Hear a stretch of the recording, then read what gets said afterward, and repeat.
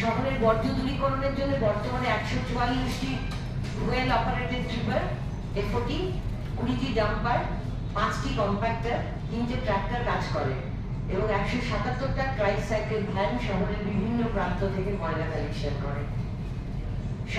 Shankarpur dumping গ্রাউন্ডে এটা কত 3,14,000 মেট্রিক টন লিগাসি ওয়েস্ট জমা ছিল, যেটা প্রসেসিং করে 50% করা হয়েছে।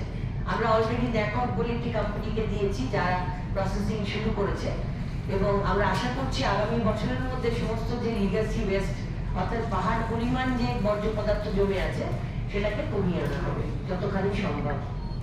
দুর্গাপুর নগর নিগম এলাকায় প্রায় 30,000 স্ট্রিট লাইটের কানেকশন এবং রক্ষণাবেক্ষণ ইতিমধ্যে করা হয়েছে। আগামী অর্থবর্ষে আরো 1,000টি স্ট্রিট লাইট কানেকশনের প্রস্তাব রাখা হয়েছে। এটা আমাদের ইলেকট্রিসিটি ডিপার্টমেন্ট থেকে এই প্রকল্প নেওয়া হবে।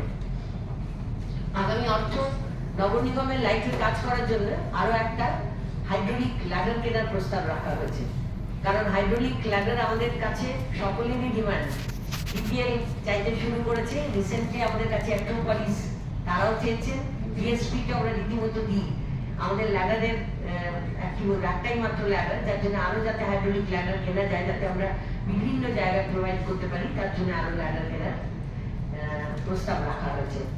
Grid connected rooftop solar system থেকে 272 কিলোওয়াট পাওয়ার জেনারেট করা হচ্ছে, যা অঙ্গদপুর 14 এবং 15 MGD প্রকল্পের এবং সুবর্ণমলে পাওয়ার সাপ্লাই করা হয়।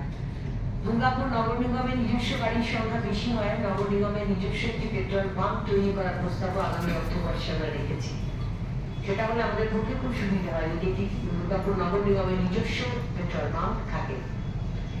নগর নিগমের 18 নম্বর ওয়ার্ডের নিশানহাট এলাকায় একটি বড় পার্কিং সহ একটি মল এবং শপ তৈরির ভাবনা রাখা হচ্ছে, কারণ বেলাচিটি বাজারে যানজটের প্রবলেম আপনারা সকলেই জানেন। আমরা যদি সেখানে একটা বড় পার্কিং এলাকা করতে পারি, আমাদের নিশানহাটের পর্যাপ্ত পরিমাণে জায়গা আছে এবং উপরে আমরা শপিং মল শপ করতে পারি, নিচেটা আমরা পার্কিং জোন করতে পারি। এই হচ্ছে মোটামুটি আমাদের আগামী অর্থবর্ষের বাজেট, যেটা আপনাদের কাছে পেশ করলাম। কিছু জিজ্ঞাসা, মোট বাজেট কত টাকার হচ্ছে তাহলে? 50% কমেছি তো, এটা আস্তে আস্তে কমবে গ্রাজুয়ালি। কারণ কি হচ্ছে, আমরা প্রত্যেক দিনের প্রত্যেকটা প্রক্রিয়াকরণ করতে পারছি না, তার জন্য আমাদের যে জায়গা সেটা আমাদের রেডিকে প্রোভাইড করেছেন। যে সংকটময় যে সমস্যা হচ্ছে যে ওনারা আর ওখানে করতে দিতে রাজি নন, ওনাদের ধারণা আরেকটা ডাম্পিং গ্রাউন্ড হবে, সেটা তো নয়। প্রত্যেক দিনের বর্জ্যটা সংগ্রহ করে নিয়ে গিয়ে সঙ্গে সঙ্গে রিসাইক্লিং করা হবে, সেটা করতে দিতে হবে তো আমাদের। সেটা করার জন্য জায়গার জন্য আমরা প্রচুর জায়গায় যাচ্ছি এবং আবেদন রাখছি, যে সেই জায়গায় লোকাল পিপলের বাধার জন্য সেই জায়গা আমরা সেভাবে করতে পারছি না। তো আশা করছি খুব তাড়াতাড়ি সমাধান হয়ে যাবে। প্রায় সমাধানের পথে।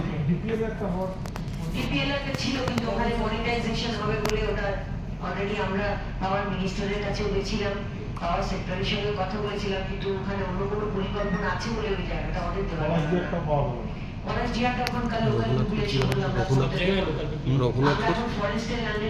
ওইদিকটাই তো হওয়ার কথা। জয়েন্ট ইন্সপেকশন হয়ে গেল, লাউদোহা বিএলআরও, দুর্গাপুর বিএলআরও, সবকিছু যদি ঠিক থাকে, ওখানে কোনো গাছ নেই, মানে কোনো জঙ্গল নেই, ওটা শুধু ফরেস্টের একটা ল্যান্ড। কি রঘুনাথপুরে? না, ওটা হচ্ছে আমাদের হেঁটে গোবারের দিকটা। বলছি 5 কোটি এবছর আর্থিক আয় হয়েছে। না আয় আমি ওটা কিন্তু মোট বাজেট কত টাকা? বাজেটের কপি একটা করে আছে। আমরা বললাম তো একটা দিয়ে দিলে সুবিধা হতো আমাদের। বাস স্ট্যান্ডগুলো নিয়ে কিছু বললেন না? বাস স্ট্যান্ডগুলো মডিফিকেশন কিছু একটা দিন না অন্তত। হ্যাঁ দিন না, আমরা ওরে বাপরে, তাহলে তো নামাজ করতে অনেক। আয়টা কত হয়েছে? 805 কোটি 88 লক্ষ 33,000। 33,000। তার মধ্যে নিজস্ব খাতে 250 কোটি 70 লক্ষ 93,000 টাকা নিজস্ব খাতে আয়। আর বার্ষিক ব্যয়ের পরিমাণ হচ্ছে 801 কোটি 80 লক্ষ 10,000। মোট বার্ষিক লাভ হয়েছে 408 কোটি 23 লক্ষ টাকা। লাভ কত হয়েছে? 408 কোটি 408 কোটি 23 লক্ষ টাকা। হেল্পার দিদিরা আছে, তো তাদের আগে কোনো রিটায়ারমেন্টের ভাবে চালু করেছিলাম। প্রথম যে যখন হেলথের মেম্বারশিপ হয়ে আসি তো চালু করেছিলাম 25,000 টাকা ওদের দেওয়া, যখন রিটায়ার করছিল ওদের হাতে আমরা 25,000 টাকা তুলে দিয়েছিলাম। তো তারপর তো আমাদের মাননীয় মুখ্যমন্ত্রী ওটা চালু করেছেন, তাদের জন্য 3 লক্ষ টাকা রিটায়ারমেন্ট বেনিফিট। কিন্তু যারা চাকরি চলাকালীন যদি কারোর কোনো দুর্ঘটনায় মারা যায়, কোনো মানে শরীর খারাপ কোনো বড় রোগে, তো সেখানে কিন্তু তারা বেনিফিটটা পায় না। আমরা ম্যাডামের সাথে কথা বলে তো ওটা আমরা একটা যারা চাকরি থাকাকালীন মারা যাচ্ছে তাদের জন্য আমরা একটা কিছু বেনিফিটের ব্যবস্থা করেছি, তার ফ্যামিলির হাতে যদি আমরা তুলে দিতে পারি। তো সেটা ম্যাডামের সাথে আলোচনা করে আমরা প্রায় 30 থেকে 50,000 টাকার মধ্যে এখন আছে, সেটা এখন আমরা বলছি না, হয়তো 50,000 টাকা আমরা তাদের হাতে তুলে দেবো।